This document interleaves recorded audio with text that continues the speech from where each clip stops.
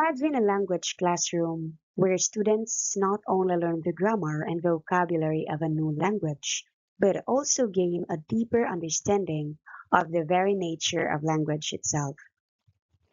This synergy between linguistics and language teaching is the foundation for transformative learning experiences. Hello, everyone. My name is Liezel Tan, and in this presentation, we will explore the profound relevance of linguistics in the field of language teaching.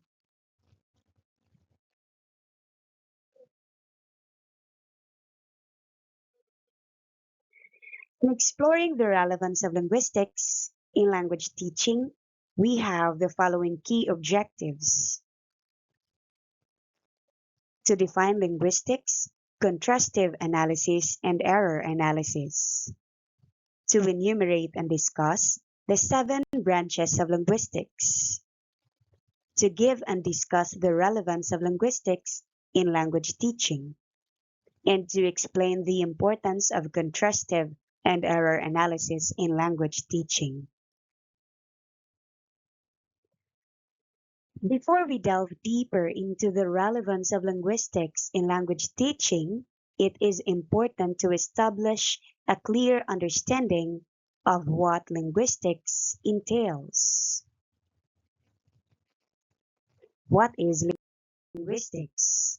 All you need to know about linguistics. By definition, linguistics is the scientific study of language and how it is structured. As a scientific study, it is a rich and complex field. It encompasses everything from sounds and structures to social contexts and cognitive processes. By examining these elements, we gain a deeper understanding of language and its vital role in human communication. This knowledge not only enhances our appreciation of language, but also has practical applications in education, technology, and more.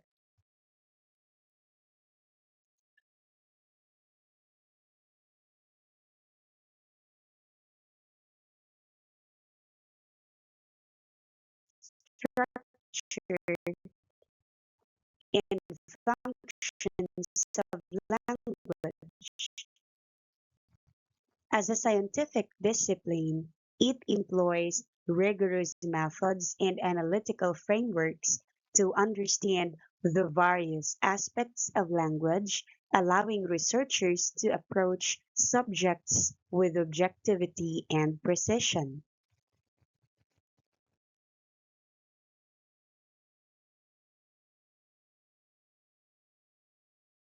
The term linguistics was first introduced in England in 1837, marking the beginning of a formal study of language. However, the exploration of language has a much longer history, with linguistic scholars like Henry Swift and Otto Jesperson working for nearly a century to integrate linguistic findings in language teaching practices. The foundations of modern linguistics can be traced back, therefore, to ancient civilizations, particularly the Greeks and Romans, who developed essential grammatical concepts that we still use today, such as the classification of words into parts of speech, including nouns and verbs. This historical context highlights the enduring significance of linguistics in understanding and teaching language. Now, when and how did linguistics begin to make an input in language teaching? Linguistics began to make a significant impact on language teaching in the late 19th and early 20th centuries. There had been the shift from traditional rote learning to more structured, communicative, and context-based teaching, which transformed how languages were taught and making the learning process more effective and engaging. Accordingly, language is everywhere. It permeates our thoughts, mediates our relations with others, and even creeps into our dreams. This statement emphasizes that language is an omnipresent force in our lives. It shapes our thoughts, mediates our relationships with others, and even finds its way into our dreams. This also underscores the significance of language as a fundamental aspect of human existence, influencing how we perceive the world, interact with others, and understand ourselves. Ultimately, language is not merely a means of communication. Rather, it is a vital component of our identity and social experience. Six, by exploring its seven major branches. Each branch plays a crucial role in understanding the complexities of language and its application in various contexts, including language teaching.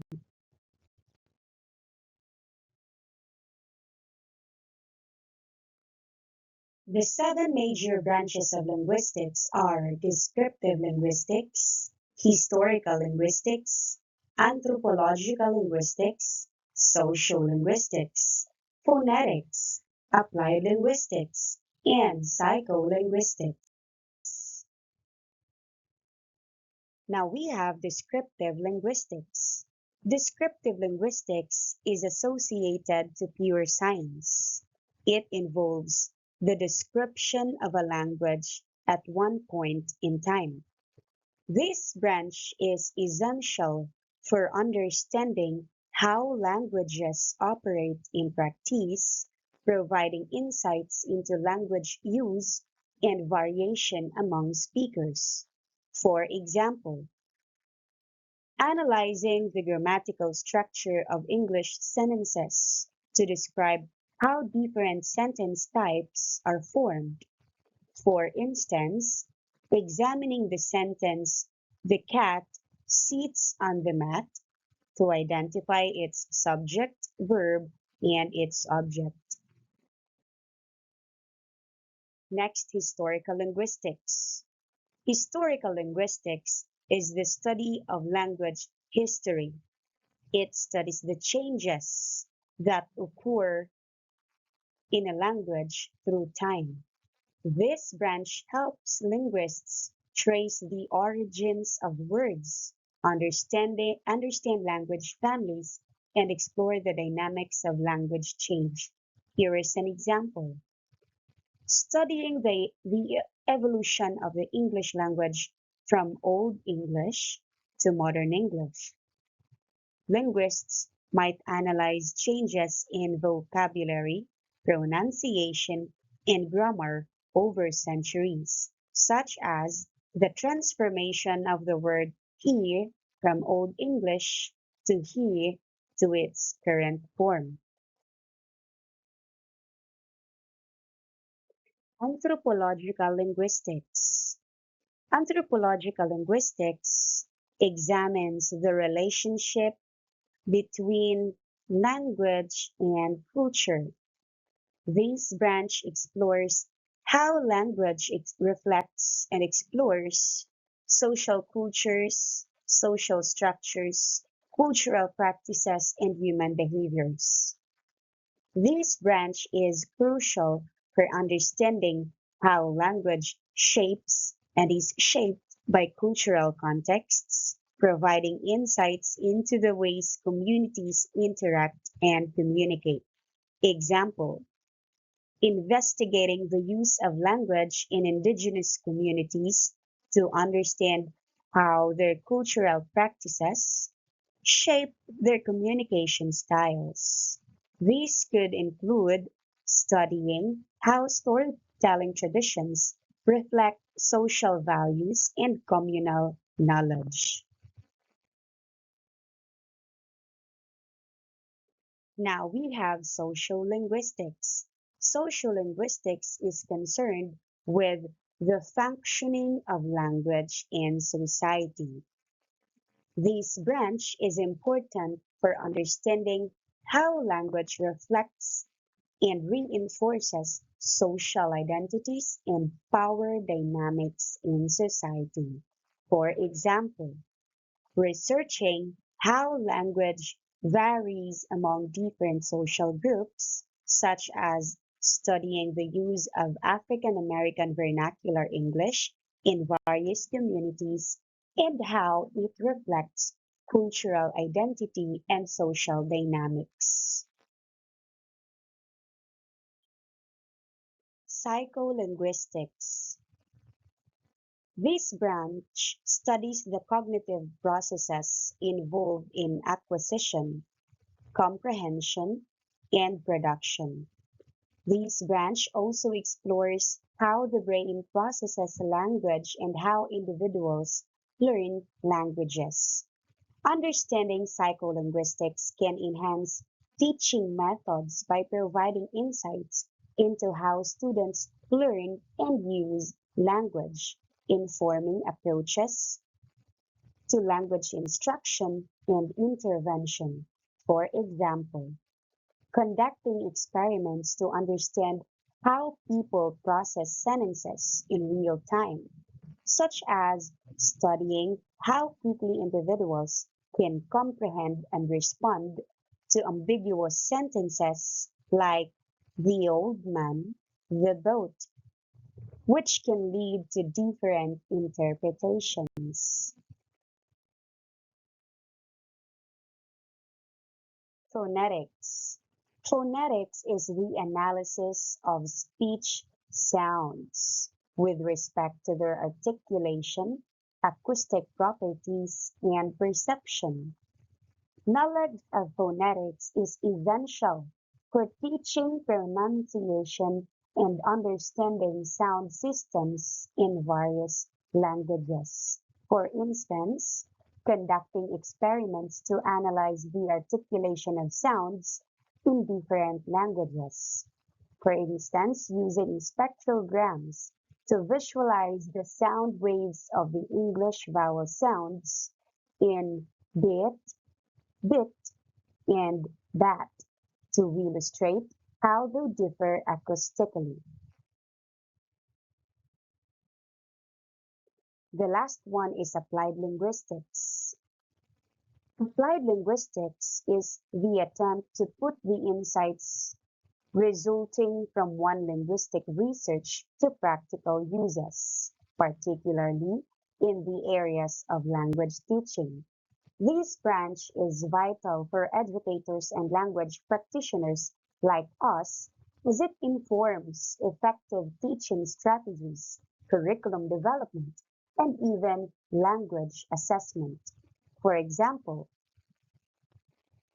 developing language teaching materials for English as a second language learners based on research in language acquisition.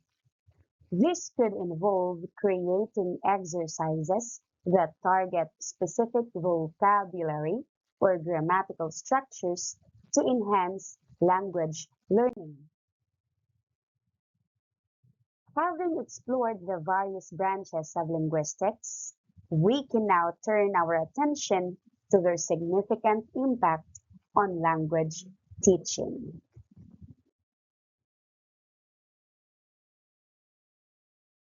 At this point, I want you to take a look at this diagram. Can you interpret this paradigm in your own words? As we can see, linguistics forms only a part of it.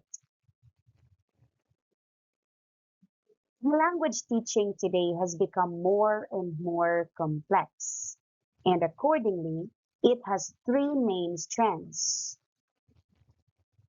First, theoretical contributions from linguistics, psychology, and social theory.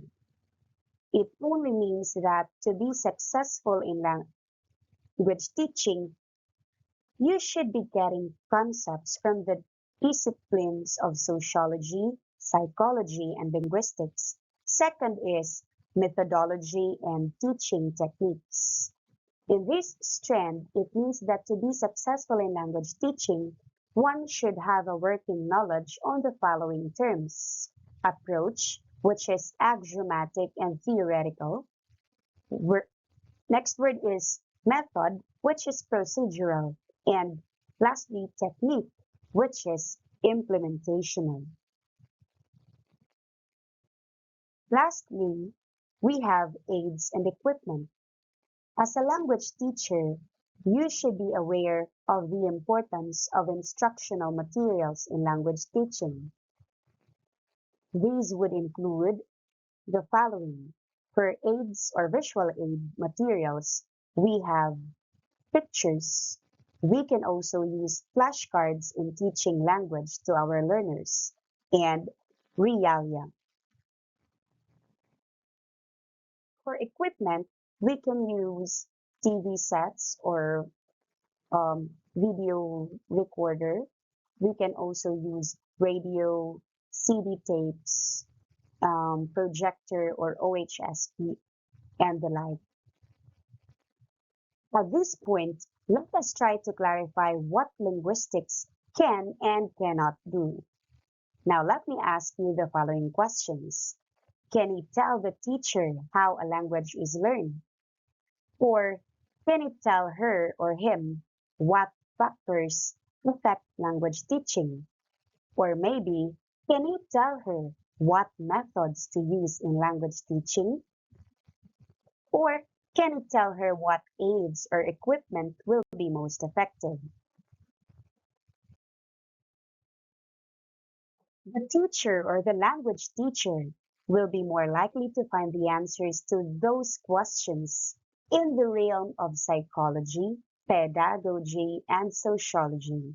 Therefore, the answer to these questions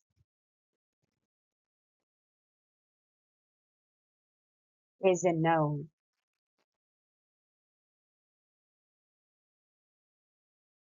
Then is the role of linguistics in language teaching. Linguistics provides the language teacher a working knowledge of the nature of language. Next, it can provide a rigorous description of the language to be taught, the second language, as well as the native language. And lastly, linguistics can be the source of assumptions and has certain implications for language teaching.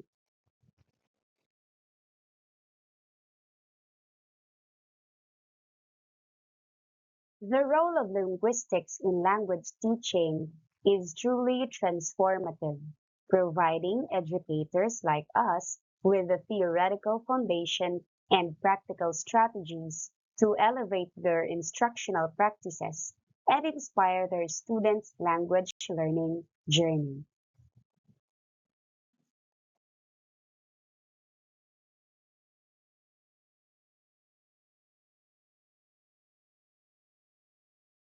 This point will proceed to our discussion on contrastive analysis.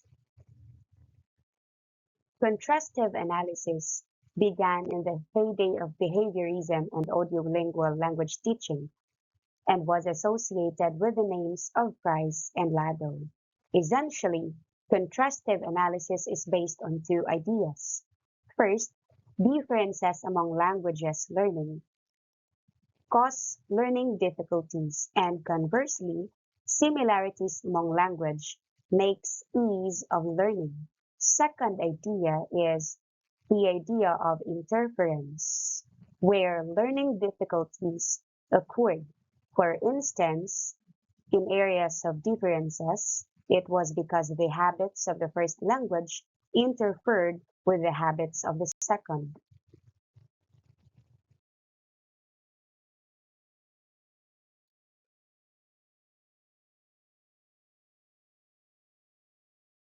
Contrastive analysis is a method used in language teaching that involves comparing the linguistic features of a learner's first language, or the L1, with those of the target language, L2, they are learning.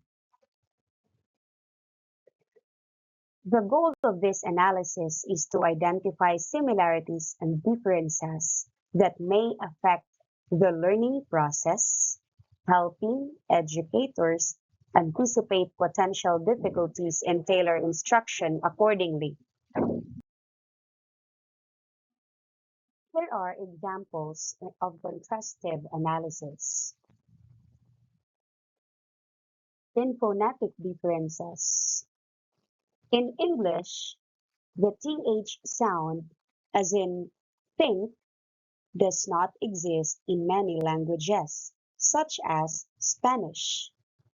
A Spanish-speaking learner may pronounce think as think. By identifying this phonetic difference, teachers can focus on specific pronunciation exercises to help students master this sound.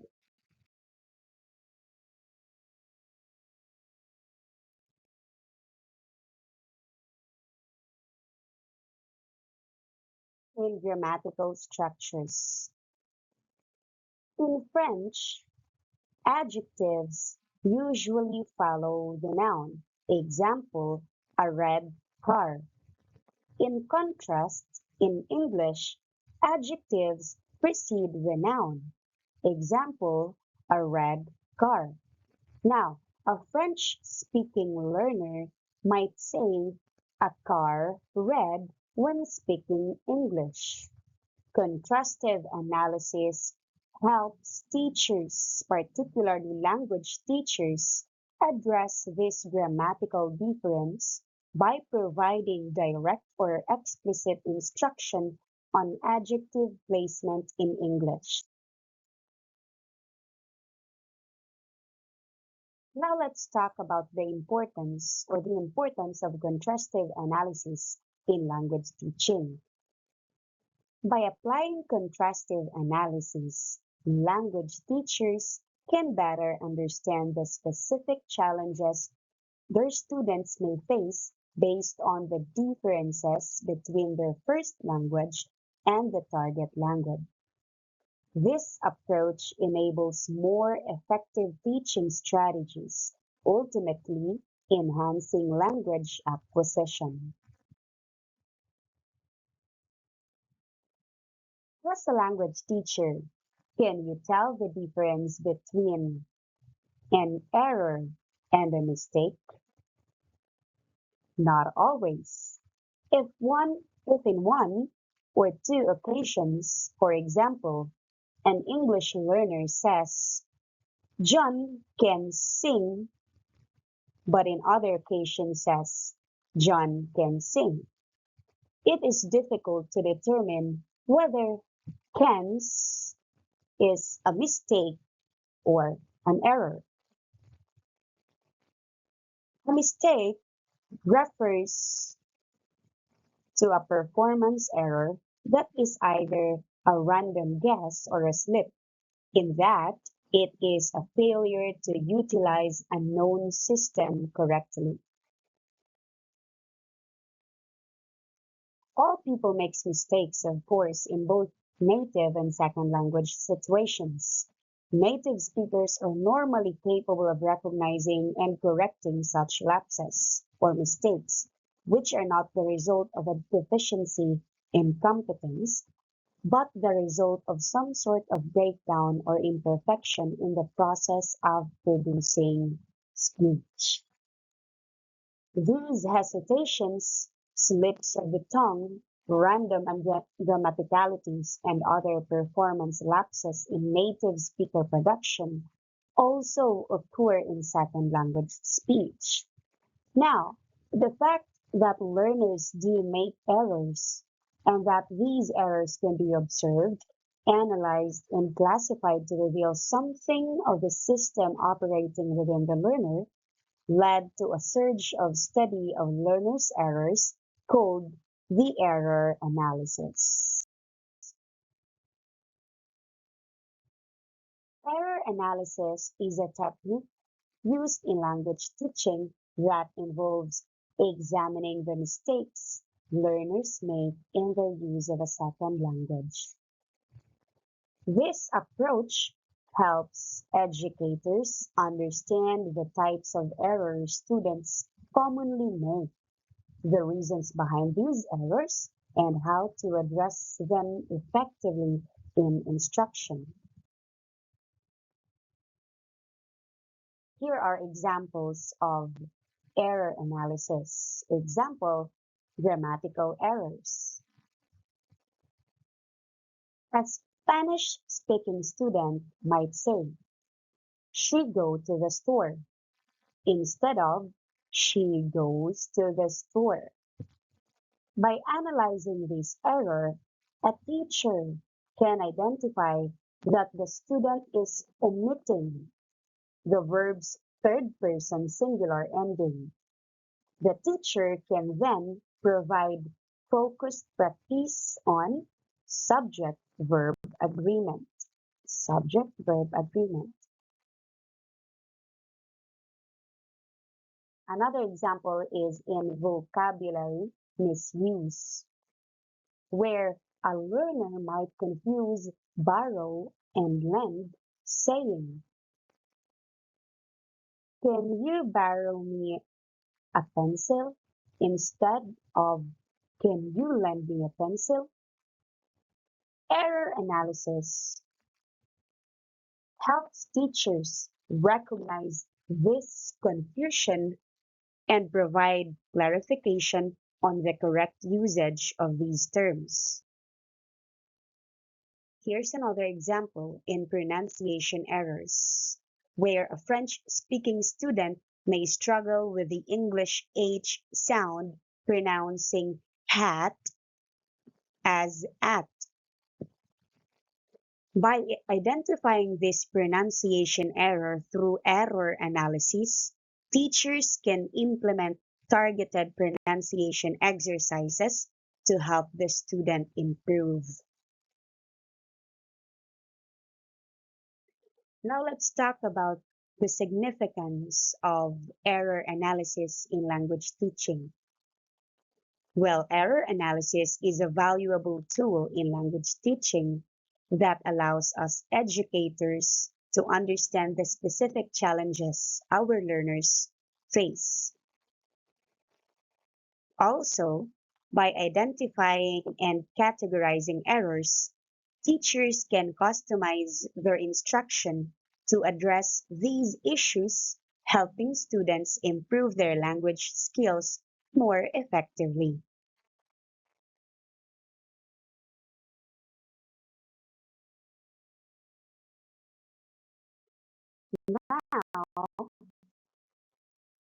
Let's recap.